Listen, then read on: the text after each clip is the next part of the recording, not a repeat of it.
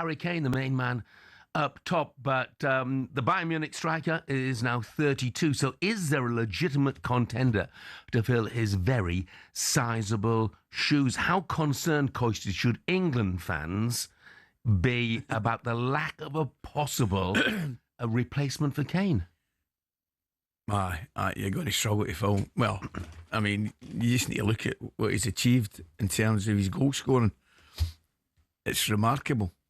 I can see the question there underneath it. Is he weirdly underappreciated? I think he probably is in some quarters. There's some people I've heard criticise him by saying he doesn't score important goals, which I find astounding, really. Harry Kane will take some replacing. You think of the goals he scored for Tottenham, you think of the goals he scored for England, you think of the goals he scored for Bayern Munich. It's just, Jeff, it's off the chart. So naturally, when you've got somebody like that who you can rely on for goals, there'll be a question mark when he stops playing, and can you replace him? As it happens, I don't see that happening in the immediate future, because I think he'll continue to play, because I think he's one of these strikers that doesn't rely on blistering pace. I think strikers with blistering pace, once that goes, they find it very, very difficult. But I think Kane's got far more to his game than... I don't think he has blistering pace, to be brutally honest. It's probably one of the few things that he hasn't got. So, bearing that in mind, I think if he stays fit, he's there for a wee while yet, or a good while yet. Yeah, and I hope he is. Completely agree.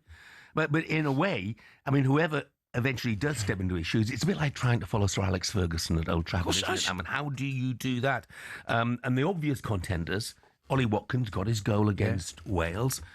And even though he's not playing in England at the moment, that he's out inside, I guess, Ivan Toney. But they're not long-term replacements, are they? Because they're both on the verge of being 30 themselves, only 2 years younger than Harry Kane. What have you got, young boys? Liam Delap, who's been injured at Chelsea. Anything else? Really? Well, I tell you what, Liam Delap is an obvious choice, and the England management must be hoping that he does come good eventually. Not for this World Cup. It's going to come too soon for him.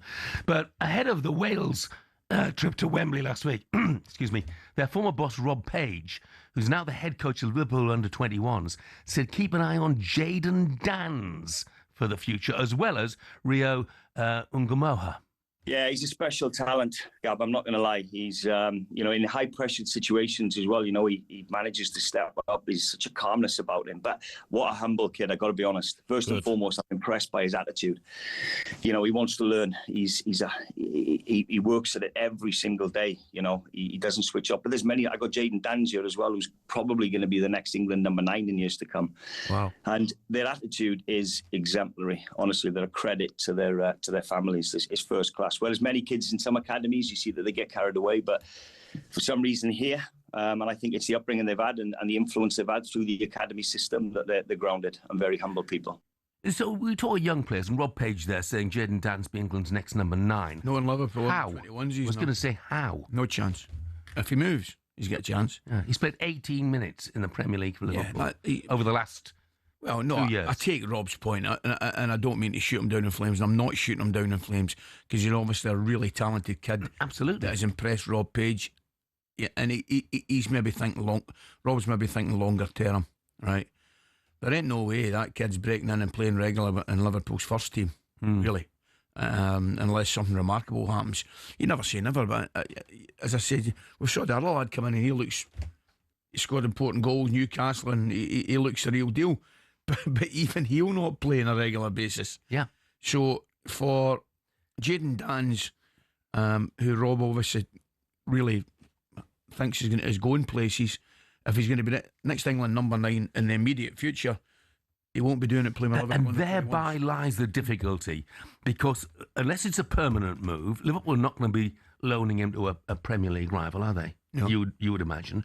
Does he go abroad? And if you go abroad, you can get forgotten. And I'm thinking of Tammy Abraham as a prime example of this. Absolutely. I know Tony's away to a different mentality. But Abraham was doing well. Sort of go-to replacement, if you like. Yeah. When he was at Roma, he's got 11 England caps as well. He's on loan at Besiktas now. He's doing well. I think he's got 8 and 13. I think but he's a completely forgotten man. Yeah, it's definitely out of sight, out of mind. I think I agree with you with Tammy Abraham, and there's no doubt about it.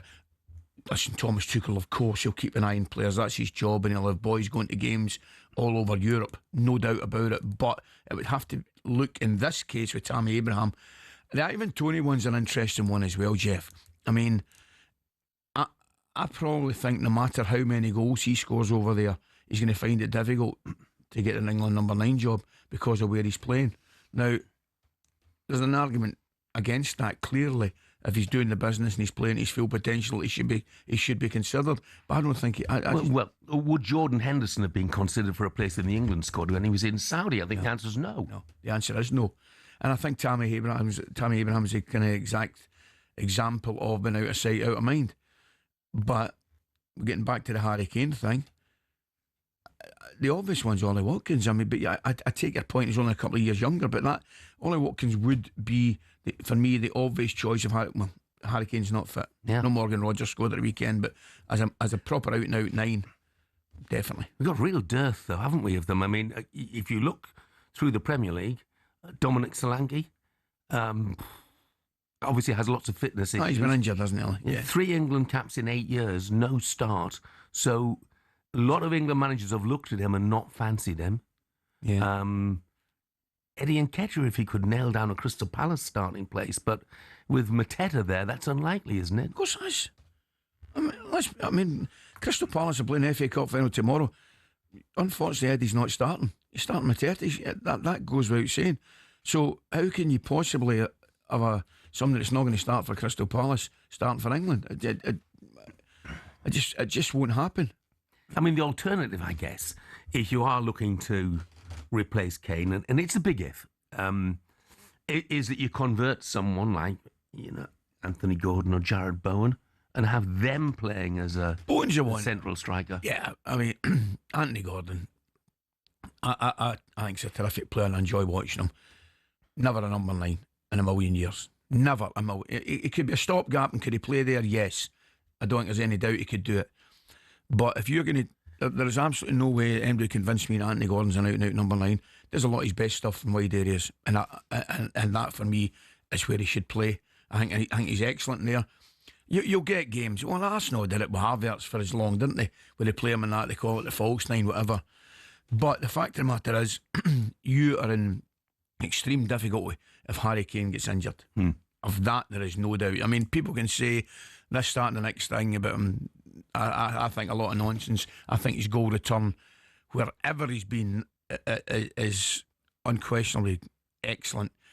You've got a problem if he gets injured, definitely. But you look, we mentioned that Liam Delap's injured. There's nobody else. I'm trying to think. There's nobody else. No. Right, we were talking Jordan Pickford, whether he's the second name on the England team sheet after Kane. We're taking your calls. Michael is a Liverpool fan. He wants to have his say. Morning, Michael. Morning, Michael. Morning, gents. How are we? We're in good form, mate. We're in good form. What do you think, mate? I think he's overrated.